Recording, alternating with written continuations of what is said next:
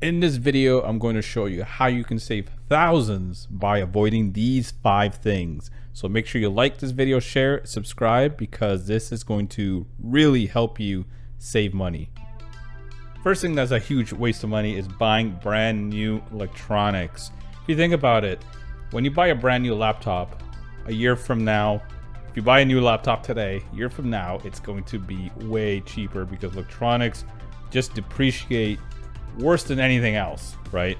So what I recommend doing is buying a used laptop, maybe a couple of years old, and you'll save literally thousands of dollars by just doing that. And a laptop is going to be perfectly fine. I have computers that are 5 years old that I still leverage because I have multiple things going, and they are working just fine, right? So highly recommend probably checking out eBay to see what you can buy there. Another thing you do is buy refurbished stuff.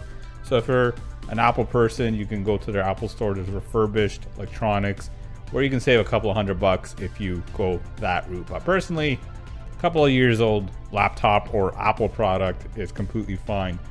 The phones are even worse than the laptop. So phones, I have a Note 10, which is right now, as of today, it's 3 years old and it runs perfectly fine.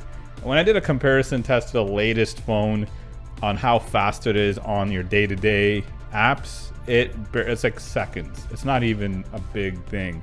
So if you are going to spend, $1,000 extra just to save a second by uploading an app, 1 second, I think that's a huge waste of money. And if you go to those YouTube channels that do speed comparisons, why don't you check out like a phone that's 3 years old and compare it to something new? And you'll see that, is it really worth it? Unless you're like a massive gamer, maybe that's the only time you would take advantage of a new phone. But other than that, they're completely useless. And I would rather save thousands, probably $1,000 by just buying a used phone. So what's the moral of the story? Electronics depreciate very, very fast, and don't waste your money on it if you don't need it. The second thing I highly not recommending is product warranties. Stores make a killing on these product warranties. Most products, if you think about it, outlast the warranty anyway. Manufacturers, when it comes to the actual product itself, have warranty on them. Usually it's like a year or so. So I'm a little bit of a, not a hardcore gamer, but I do game. And I went to GameStop, and the first thing they asked was, when I purchased a game, was, do you want a product warranty on it? It's $10. And to be honest, I haven't had a game crap out on me ever. I've been gaming since I'm probably a little old, but the 80s, right? I had a Nintendo. I still have my Nintendo today, and all the games work, which is crazy, how old it is. And when it comes to, even when it comes to like the Super Nintendo, the N64, PlayStation, I have those game systems. All the games still work. So why am I going to buy a product warranty on this? Even Walmart, they do the same thing. If you buy anything from their electronics area, they'll try to sell you a product warranty. I don't recommend getting it because it's just a waste of money. It's like you're just flushing money down the toilet. There's a rare occurrences where a product fails before that, but you never need it. Third thing is, don't buy expensive brand clothes. Now, I didn't say all brand clothes, but expensive brand clothes. They have a massive markup. As an entrepreneur myself, I know where they source their products from or their clothing. And to be honest, sometimes they have 100 to 1,000 to 10,000x on their products. That's the markup, which is ridiculous. So for someone with my mindset, I just can't justify spending that kind of money on clothes, because at the end of the day, the material is generally not that much better, right? If it's not much better, maybe if you compare, I don't know, like a Louis Vuitton purse compared to a Walmart purse, there is a quality difference. But if you really think about it, that's like you're comparing a $50 or not even $20 purse compared to a $5,000 purse. I can't justify that. That to me is a massive waste of money. Even as a millionaire, that's a waste of money. You can put that money in investments. So if you can get away with Walmart stuff, that's good, because end of the day, if it lasts, if it's comfortable, it's good.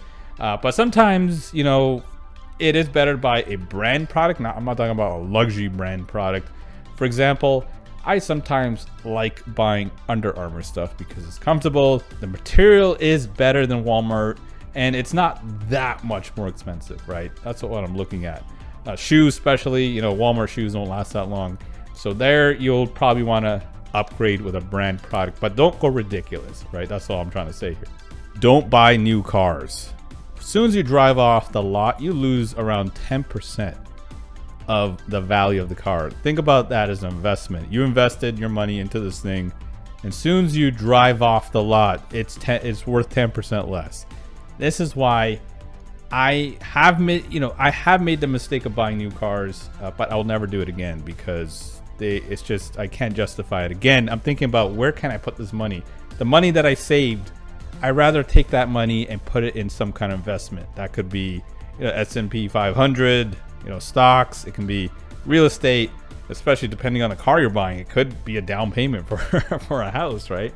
But again, if you don't make a lot of money, it's better to buy a used car, especially where you can pay in cash, right? You don't want to use credit on a used car, but depending on what you do, right? Depends on your budget too. If it's like if it's under 10K, if you can go with, get away with it with cash, that's fine. Obviously, if it's more expensive, you can finance it, but it's better to finance a used car compared to a new car regardless. And another thing they do when you buy a new car is they try to upsell you on warranty. Again, this is kind of like the product warranty that I was going through with their electronics. Generally, the car for 5 years, nothing's going to happen to it. You buy a brand new car, they're going to upsell you like a $2,000-$3,000 warranty, $4,000 warranty. To be honest, I have never used warranties beyond the warranty period, within the first 5 years anyway. Everything happens after the extended warranty regardless, right? So there's like certain stuff where stuff does happen, but was it like a $3,000, $4,000, $5,000 bill? Probably most likely not. So I highly recommend buying a 3 to 5 year old car. If you're thinking about buying a new car, look at the previous model and see how it is, right? Drive both of them, and you got to ask yourself, is this thing worth the extra $20,000, $30,000, $40,000? I have an example of this personally. I bought a AMG. So I bought this AMG. It's for a daily driver, it's a C43, and a brand new one was close to $90,000. So I was like, I can afford one, but again, my business hat was on. I'm like, is this really worth $90,000? So what I did was I looked back to see the same type of model. So they didn't really change the model. I went back 3 years and I found one for $50,000 with low mileage.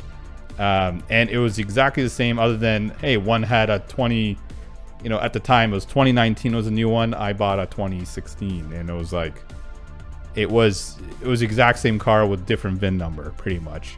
Okay, so I saved all that money, and saving $40,000, that's a down payment for a property, right? You can invest in real estate. So this is how I think. I have made the mistake of buying a new car. I bought another AMG. It's a 63 version, more of a sports, I guess it's a Grand Touring, where I did buy it new. It was roughly $140,000. And then I put me, I'm a car gearhead, and I put like $30,000 of mods in it. It makes 950 horsepower, which is amazing. But again, but the good thing about that one is because the next 63 model is going to be a 4-cylinder, the depreciation isn't that hardcore on that. I can still sell it for over 6 figures today. I'm not going to sell it. It's my project car now. It's completely paid off, so I don't need to do much with it anyway. So again, buy used, be smart, take the difference, invest it in something. Could be S&P 500. It can be in a high yield savings account, right? Something that doesn't depreciate. Lastly, stop eating out if you can, right? So most restaurants, if you didn't know this, have a markup on their food by 4x at a minimum. 4x. So this is how they afford their building, you know, their staff. They have to 4x everything they buy, you know, everything they sell you. So and also fast food isn't actually cheap either. If you think about it, like if you go to McDonald's, you know, a Big Mac is like, I don't know, in Canada anyway, it's like $7. And I can buy something really great at the supermarket and make my own burger. It doesn't take long. It takes literally like maybe 10 minutes. You know, the whole drive time and coming back, I already got my burger. So, and also, this is what people don't look into is the health aspect of it. You know, how is it going to affect your health if you keep eating fast food, especially every day? You know, what's that going to cost you in the long run, especially for your health, which is priceless. So if you're going to eat out, you know, do it once a week at most, one meal, and that's it. Another thing I highly recommend is don't download the Uber Eats apps or anything, you know, to do it with this competition, because because it's so easy to just hit that button, go to Uber Eats or skip the dishes and just be like, oh, this looks delicious. I'm gonna go order that. And you know, you just pretty much flushing money down the toilet. Unless you're like a millionaire, I do not recommend any of those apps. Eat at home, you know, create healthy food at home or cook healthy food at home. And that way you'll live a longer life and you'll save so much money. And remember, with all the money that you save, like saving is great, but you have to make sure that you have your money work for you, right? So you got to put in some kind of investment. That's it for the video. I hope you got a lot of value. Just make sure you like, share, subscribe, click that bell icon so every time I bring a new video, you'll be notified right away. And also description box below and pinned comment below. I have 2 steps. Step 1, visit my website, themillionairedraw.com, if you want to learn how by investing in yourself, you can start making more money online, right? And also I'll get into other things too. So that is my website, themillionairedraw.com. Check it out. It's just free information. End of the day, if it's not for you, you don't have to do anything, right? Free info. Go ahead, check that out. And step 2 is join my Facebook group where I provide a ton of value. All you have to do is answer the 3 questions and I will approve you. Again, that group is all about, you know, making money, how to start taking your money and have it work for you and all the good stuff. So make sure you join my Facebook group. So that's it for this video. I'll see you in the next one. Take care, everybody.